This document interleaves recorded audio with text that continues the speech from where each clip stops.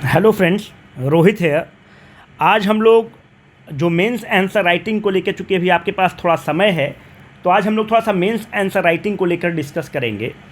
आज हम लोग जो एग्जाम्पल के रूप में लेंगे वो हमने पिछले वीडियो में एक राज्यसभा के बारे में क्वेश्चन, आपको राज्यसभा के बारे में बताया था।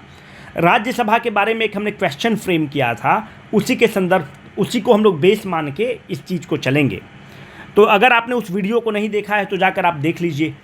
तो हमने उसमें ये क्वेश्चन फ्रेम किया था कि Rajya Sabha is not a secondary house but it is a second house. और इस पर हमने कहा था कि आप कमेंट करिए कि ये एक सेकेंडरी हाउस नहीं है बल्कि एक सेकेंड हाउस है, और इसको कमेंट करना है। पहले बात कि कुछ लोगों ने आंसर लिखा है, आप A4 शीट में आंसर को लिखेंगे। पहली बात ये, आप यहाँ पर क्वेश्चन को लिखेंगे और क्वेश्चन के बाद आप आंसर लिखना स्टार्ट करेंगे। तो आंसर आप ऐसे ऐसे लिखना स्टार्ट करेंगे। A4 मतलब ब्लैंक शीट में लिखेंगे। दाहिने तरफ आप एक 25% ऑफ द कॉपी का जो स्पेस रहेगा आप दाहिने तरफ वैकेंट रखेंगे, क्योंकि हमको जो कमेंट करना होगा हम इसी सेगमेंट में कमेंट करते हैं।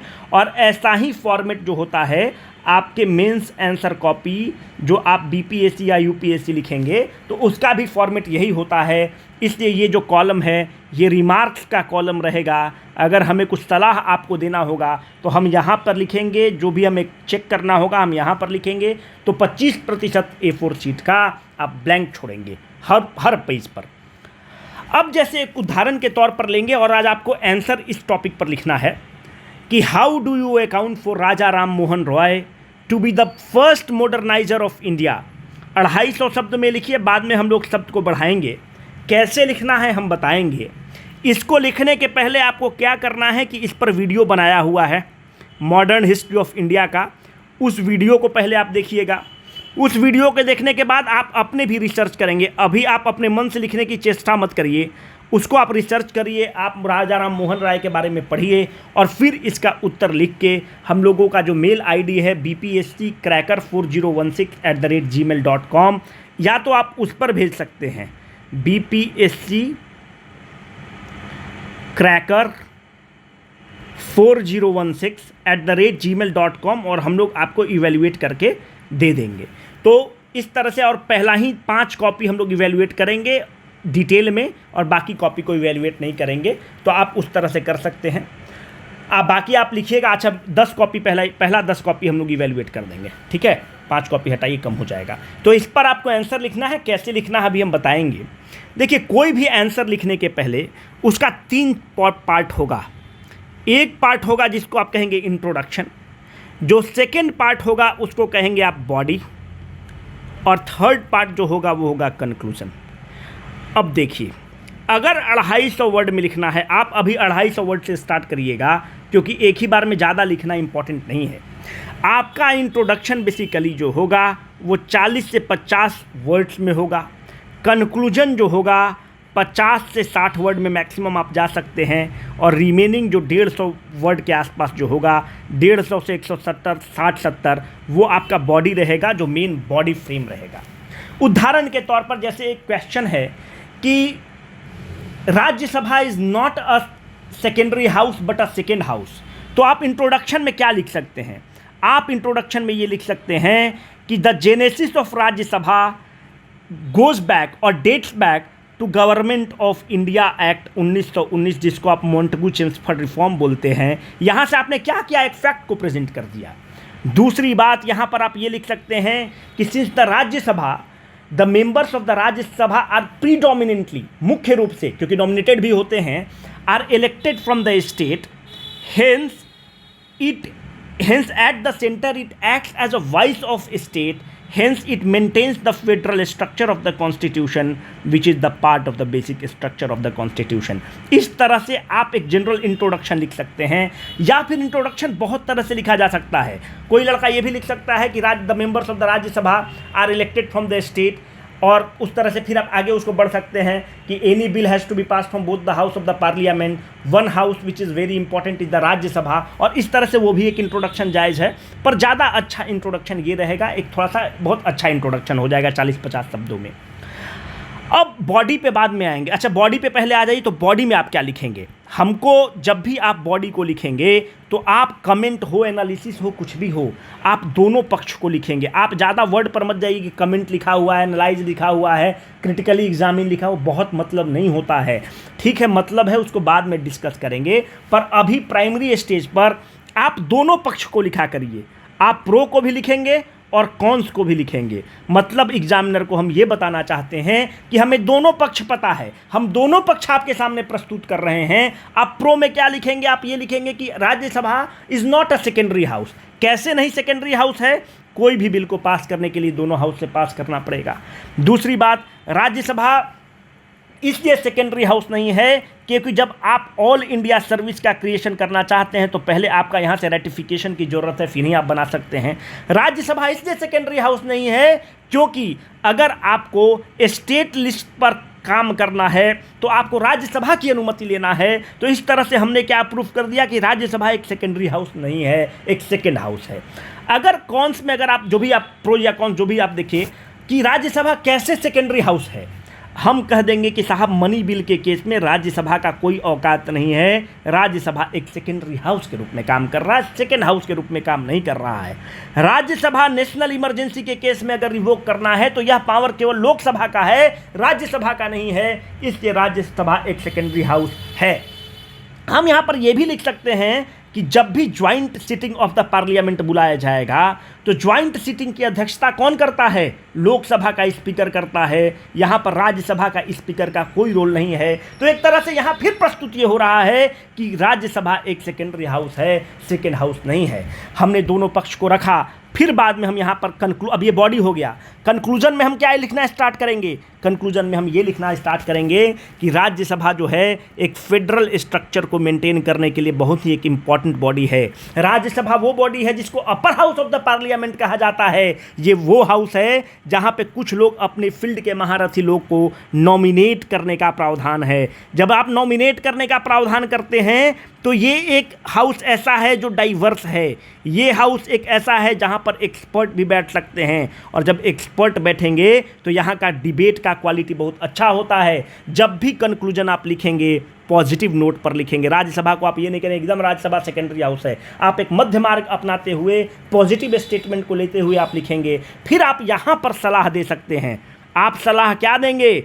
आप सलाह ये देंगे कि राज्यसभा में 12 लोग राष्ट्रपति के द्वारा नॉमिनेट किए जाते हैं। अभी ये प्रावधान है कि ये 6 महीना के अंदर किसी भी पार्टी को ज्वाइन कर सकते हैं। इस तरह के प्रावधानों पर रोक लगना चाहिए और ये कर दिया जाना चाहिए कि ये राष्ट्रपति द्वारा जो नामित सदस्य हैं ये किसी भी पार्टी को ज्वाइन नहीं करेंगे, क्योंकि अपने जो डेमोक्रेटिक स्ट्रक्चर है उसके तहत एक व्हीप का प्रावधान है। व्हीप के प्रावधान में अगर कोई बिल है, अगर पार्टी ने व्हीप जारी कर दिया तो ये जो इंडिपेंडेंट लोग हैं ये इंडिपेंडेंट स्टैंड नहीं ले सकते हैं, और इंडिपेंडेंट वॉइस का होना लोकतंत्र की मजबूती का प्रतीक है। और इस तरह से आप एंड कर सकते हैं। कुछ लोग जो आंसर लिख रहे हैं उसमें क्या करते हैं कि पहले लिखते हैं इंट्रो, बिल्कुल ये सब हेडिंग देने की ज़रूरत नहीं है। फिर लिखेंगे बॉडी, ये भी हेडिंग देने की ज़रूरत नहीं है। कोई लिखते हैं कंक्लूजन, ये भी हेडिंग देने की ज़रूरत नहीं है। एग्जामिनर इतना मूर्ख नहीं है कि आप इंट्रोडक्शन लिखेंगे, पारा चेंज करिएगा। कोशिश करिएगा कि जो बॉडी है वो बुलेट फॉर्मेट में रहे, जरूरी नहीं है पर बुलेट फॉर्मेट में आसान रहेगा। कंक्लूजन पैरा फॉर्मेट में रहेगा।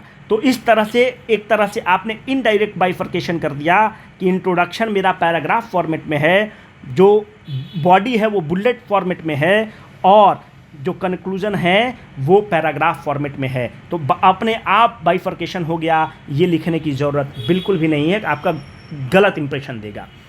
यूजुअली आप ये पाएंगे कुछ लोग कहेगा कि सर पैराग्राफ फॉर्मेट में लिखने में क्या दिक्कत है? कोई दिक्कत नहीं है दोस्त, पर आपका कोशिश ये होगा कि आप एग्जामिनर के काम को आसान करें।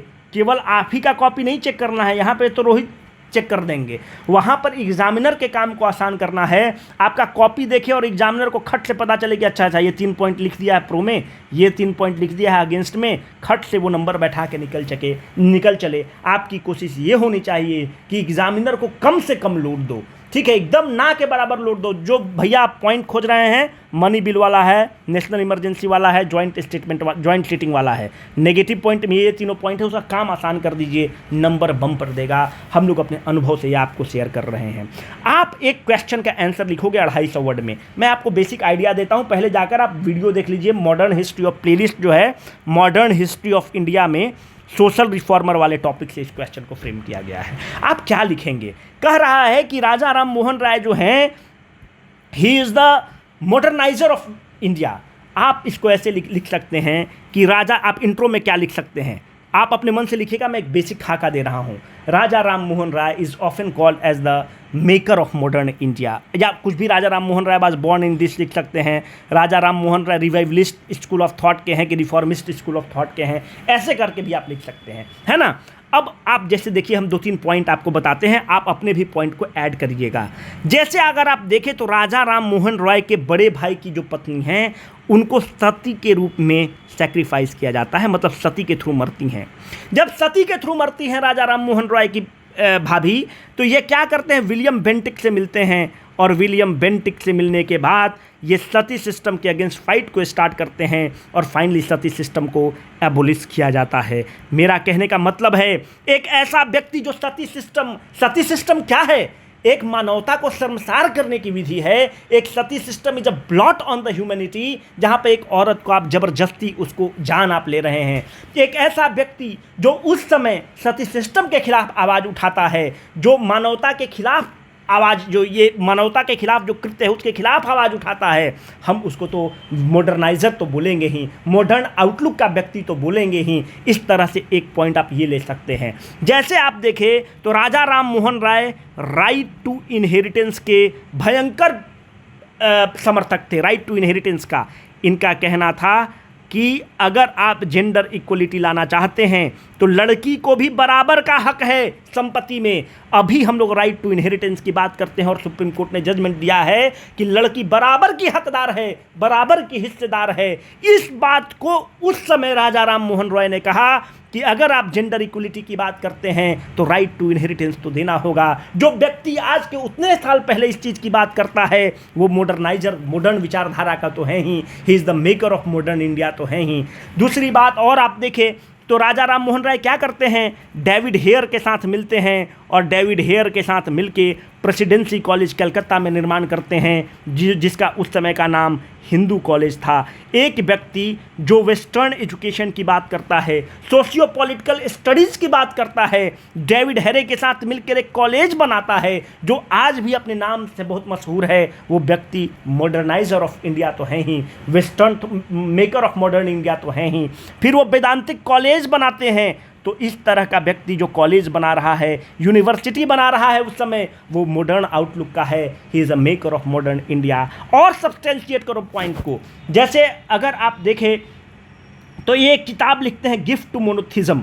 गिफ्ट टू मोनोथिज्म, मोनोथिज्म मतलब क्या होता है, अद्वैत फिलॉसफी की बात कर रहे हैं। अद्वैत फिलॉसफी का मतलब क्या होता है, ये कह रहे हैं कि भगवान एक है, गॉड इज़ वन। जब गॉड इज़ वन है तो इस्लाम का भी प्रॉफिट साहब भी एक हैं, यीशु भी एक हैं, भगवान शंकर भी एक हैं, ब्रह्म भी एक है। एक भगवान है। इस्लाम में उसकी पूजा की पद्धति अलग है, हिंदुइज्म में उसकी पूजा की पद्धति अलग है, और क्रिश्चियन में उसकी पूजा की पद्धति अलग है, पर भगवान एक है, परमेश्वर एक है। जो व्यक्ति इस चीज़ की बात करता है, जो गिफ्ट टू मोनोथिज्म किताब में अद्वैत फिलॉसफी की बात करता है, वो व्यक्ति क्या कर रहा है, इनडायरेक्ट रूप से फ्रैटर्निटी की बात कर रहा है, जो आज के डेट में आज के कॉन्स्टिट्यूशन का वैल्यूज़ है। कहने का मतलब है कि जो व्यक्ति फ्रैटर्निटी की बात करता है, एक प्रेम की बात कर रहा है, जहाँ पे धर्म की लड़ाई होती थी वहाँ पर वो गिफ्ट टू मोनोथिज्म का थॉट लेकर आता है, अद्वैत फिलॉसफी की बात करता है, वो मॉडर्नाइजर ऑफ इंडिया तो है ही, मॉडर्न थॉट का आदमी तो है ही। इस तरह से आप लिख के अपनी चीज़ों को सब्सटेंशिएट करिएगा, आंसर भेजिएगा, इवेलुएट करके हम लोग भेजेंगे। फॉर्मेट वही रखिएगा, इंट्रो, बॉडी और कंक्लूजन। बहुत बहुत धन्यवाद।